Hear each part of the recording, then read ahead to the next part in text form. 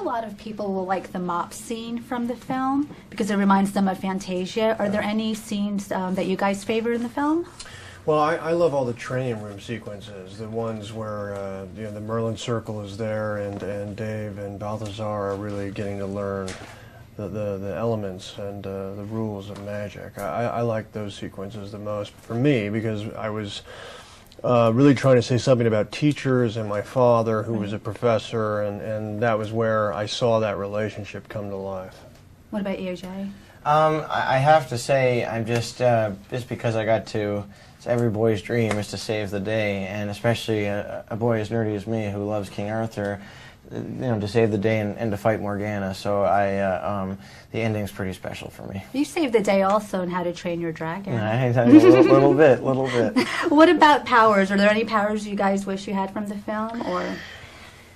Yeah, well, I haven't seen the finished product. I know Jay has, and I thought levitation might have been all over the movie, but I'm not sure it entirely is anymore. But I would say that if I could levitate, I would enjoy that, or levitate you. Or, okay.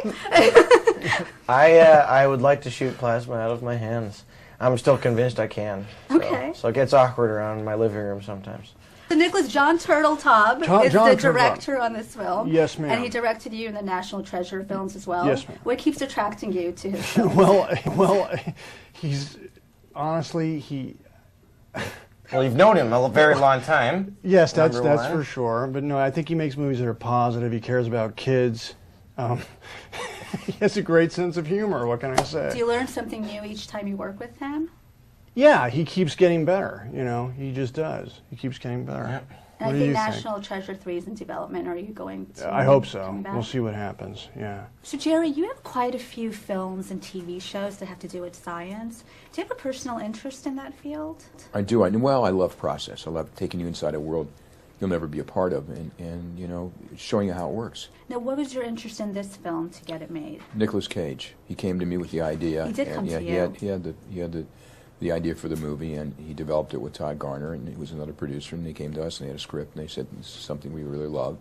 And we worked on it with them, brought in John Turteltaub, and got the movie made. And how long ago was this? Maybe 4 years ago. Now, there have been some rumors that Beverly Hills Cop might be coming back. It's possible, but I'm not involved with it. So. Oh, you're not? No. Okay. No.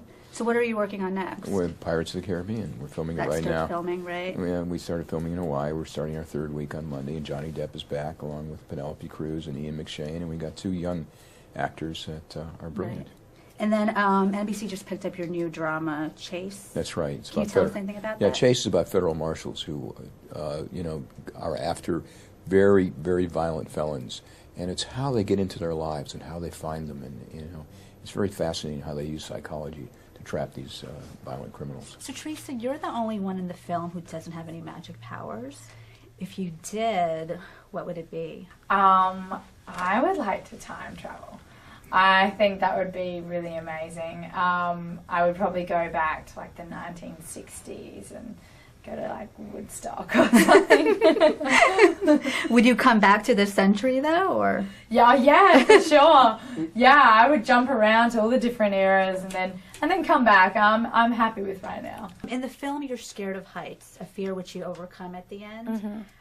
Did you have any fears that you had to overcome in order to take on any of your movie roles or this role? Let's think. I used to be scared of horses. I got stepped on a horse when I was a little girl. I got stepped on by a horse when I was a little girl. And then in my last movie, I had to ride a lot of horses. Which movie was that? Bedtime Stories, which is also Disney. Right. So I had to ride horses, and that was really scary. But I overcame that. And how did you overcome it? Did you get a trainer for that? Or? No. You just get thrust into the situation, and you've got no other choice but.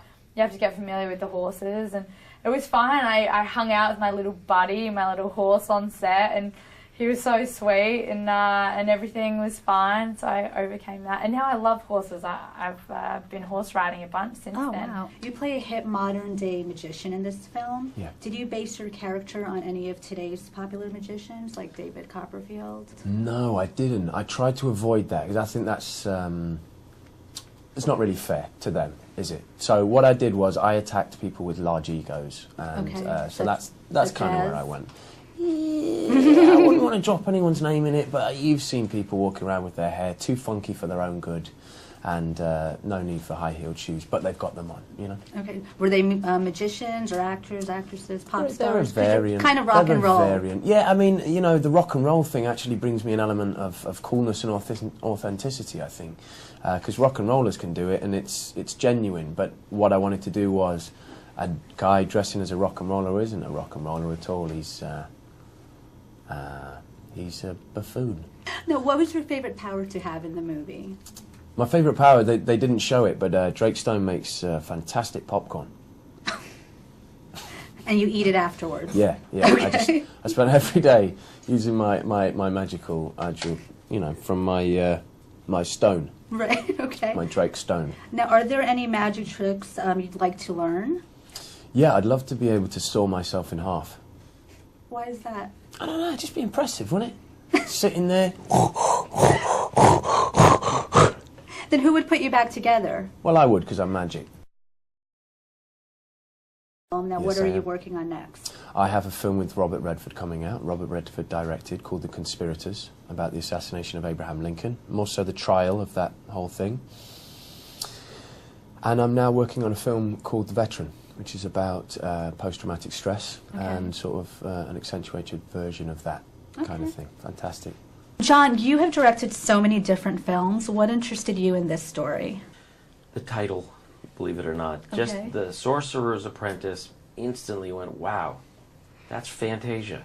That's one of the greatest things ever. That was animated. How would we take a special effects animated movie and turn it into a special effects live action movie? Wow, we could do something that is connected to something so important in Disney history and film history. And then the notion of Nick Cage as a sorcerer, Right. that's the best Nick Cage. That's Right. exactly what we want from Nick Cage. Okay. For me, when I'm doing a movie, I want to believe it's going to be a success before I start, and that's how I felt about that. How long was this film in the making? It was probably a year before I got on, and then 3 years after that. So 4 years total. Okay. Not bad. Not terrible. I saw the first screening on Wednesday, and you recommended for us to stay until the credits We're ended. over, Or, yeah. we're over. So there was a final scene in there. Is that going to be shown to the general audience? Yes. It is? It is. Okay. And the main reason I wanted the journalists to stay and see it is so they wouldn't yell at me later and say, how come Right. those journalists saw it and I didn't see it and I didn't know? And people tend to get up. But, you know, is it important to stay and see the last scene? No. If it was important, you put it in the middle. But is it fun to have a little treat at the end and Right. a little thing in there? Sure, it makes it, you know, that's part of our little magic, is little surprises. Well, that last scene opens up for a possible sequel. Have Little you bit. started talking about that, or is that Not in at the all. works? No. No, we haven't started talking about sequels, and that you're destined to fail if you plan a sequel. I think that's always the case. You're cursing yourself, and if you do that, so we'll let everyone else talk about it, and if they. Well, what would make you want to do a sequel? I'm thinking box office numbers one. That's it. The end of the story. If the movie, it's not make me personally make a sequel. It's really up to the studio. Okay. What would make Disney make a sequel? A huge hit movie. That's what makes you make Right. a sequel. Well, you have Nicolas Cage, and he's always a hit. So. And yeah, and you know, for a director, what makes you want to do any movie is the script. You know, if you read a script that feels like a whole movie and there's a lot in there for you, then yeah, that's the movie you want to make. Otherwise, it's not enough.